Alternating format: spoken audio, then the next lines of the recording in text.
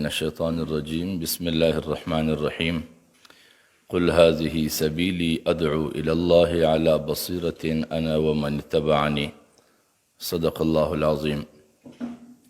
گرامی قدر ہمارے صوبائی مرابط مولانا عبد المالک صاحب، حاجی امین اللہ صاحب اور محترم مولانا عزیزی صاحب، محترم گریگری صاحب اور حاجی عبدالرزاق لانگو صاحب اور میرے محترم حافظ منصور مینگل صاحب اور دیگر ہمارے تمام معزز سامعین اور آج کے ہمارے حضرات جو جمعیت علماء اسلام پاکستان میں شمولیت کا یہ مبارک موقع ہمیں فراہم کر رہے ہیں، سب کو دل کی گہرائیوں سے مبارکباد بھی پیش کرتا ہوں اور السلام علیکم۔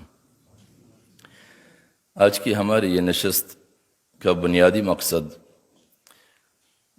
بصیرت کی بنیاد پر اپنے راستے کا تعین کرنا اور زندگی کی سفر کو اپنے منزل مقصود کی جانب طے کرنے کی غرض سے ہے۔ اللہ تبارک و تعالیٰ بھی حضور نبی اکرم صلی اللہ علیہ وسلم سے فرمایا ہے کہ کہہ دیجئے لوگوں سے کہ میرا راستہ یہ ہے اور اسی پر لوگوں کو اللہ کے جانب بلائیں، اور پھر خود نبی کریم صلی اللہ علیہ وسلم سے باقاعدہ فرمایا گیا کہ اس بات کی وضاحت کیجئے چاہے میں بلاتا ہوں لوگوں کو یا میرے بعد میرے پیروی کرنے والے بلائیں، سب کے لیے معیار بصیرت ہوگی۔ اور انسانی زندگیوں میں وابستگی کے لیے مختلف مراحل ہوتے ہیں۔ انسان جب کسی کے ساتھ وابستہ ہوتا ہے تو اس کا آغاز یا ترغیب سے ہوتا ہے یا رغبت سے۔ ترغیب یہ ہے کہ کوئی اس کو ترغیب دلائیں کہ فلاں جانب آپ کو جانا چاہیے، فلاں کے ساتھ چلنا چاہیے۔ رغبت یہ ہے کہ آدمی خود کسی چیز کو دیکھ کر اس کی میلان ہو جائے اس کی طرف۔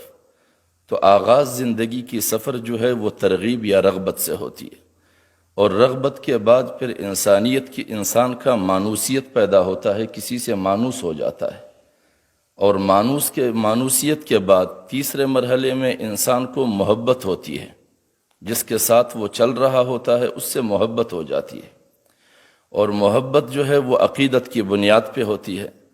عقیدت کے لیے یا تو محبت معیار ہوگا یا بصیرت معیار ہوگی۔ اگر صرف محبت معیار بن جاتا ہے تو نبی کریم صلی اللہ علیہ وسلم فرماتے ہیں کہ حبک شیء یعمی و یسم، کہ تمہاری یہ مطلقاً محبت تمہیں اندھا بھی بنا دے گا اور بہرا بھی بنا دے گا۔ جب اندھا انسان بنے تو نہ کسی کی غوغا دیکھے گا، نہ کسی کی تکلیف دیکھے گا، نہ کسی کی اذیت دیکھے گا۔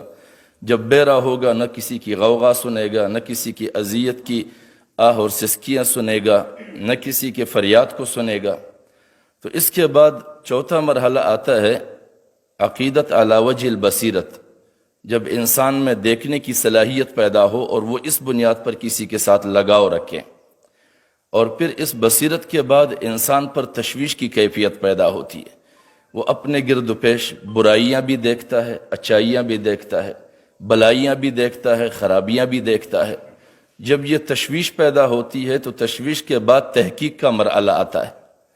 جب تحقیق کا مرحلہ انسان طے کرتا ہے اور اپنی خود احتسابی کرتا ہے کہ میں کر کیا رہا ہوں، میری زندگی کی تگ و دو کا نتیجہ کیا نکلا ہے، آیا میرے محنت کا ثمر کوئی اور لے کے گیا ہے یا میرے ہاتھوں میں موجود ہے، میری تگ و دو اور میری کاوشوں کا نتائج میرے پاس ہے یا کسی اور کو اس کا نتیجہ مل رہا ہے۔